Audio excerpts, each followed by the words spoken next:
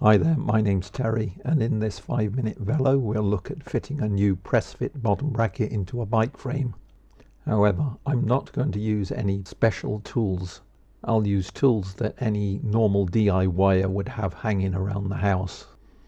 Although this video is about fitting a new bottom bracket, I thought I'd just briefly cover removal of the old one. This is it in the frame, and this is the bracket after it's been removed. It's a plastic shelled Shimano bottom bracket that takes a 24mm axle. I'm replacing it with a bottom bracket for a 30mm diameter axle. These Shimano bottom brackets are considered to be single-use items, so once they're taken out of the frame they should be normally discarded. However, I wanted to keep it for potential reuse. So as not to damage it while removing it, I did actually buy a tool from AliExpress. So although my statement about not using special tools for the installation is correct, for removal of the old one is not quite true.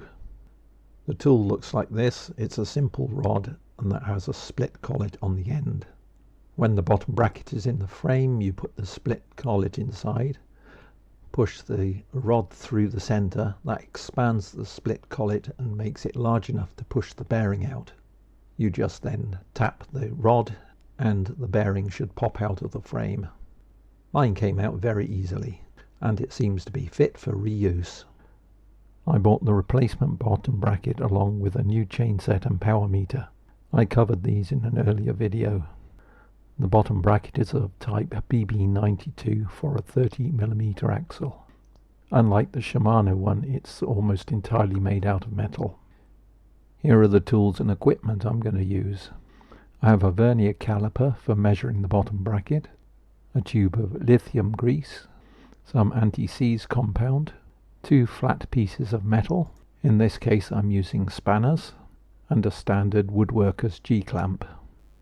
I haven't had a problem myself, but apparently these press fit bottom brackets are notorious for their poor manufacturing quality and fit. In many frames, apparently, the bearing cups fit straight into the carbon frame. On my frame I have aluminium inserts, and these appear to have been machined after the frame has been manufactured, so I'm not expecting any problems.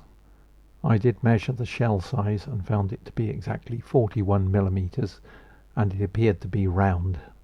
I can't test the alignment between the two sides. I would need more sophisticated measuring equipment for that. I'm happy to use the method I show on these frames with an aluminium insert. However, I'd be a little more cautious on frames without a metal insert. Being cautious doesn't mean to say I wouldn't do it. Before inserting the bearing cups, I smear a little grease inside the bottom bracket shell. This is so that any particles that find their way down there get stuck in the grease and therefore unlikely to find their way into the bearings.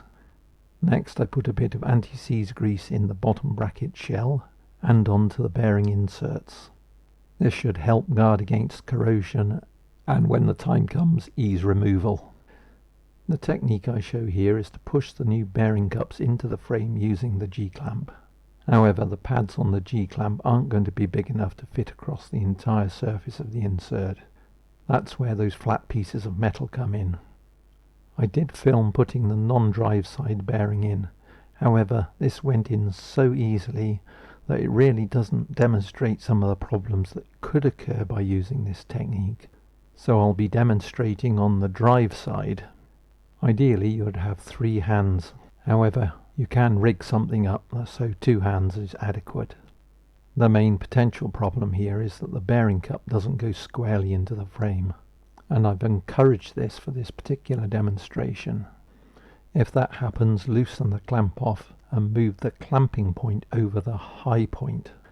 This thing encourages the piece that sticks out the most to go in further. Eventually it'll straighten up and it'll pop into place. Finally, tighten the clamp in order to make sure that the bearing races are butted up against the frame. So there we have the bearings fitted into position. As a final check, I just check the width of the bearings using the vernier caliper, particularly checking it's the same width all the way around.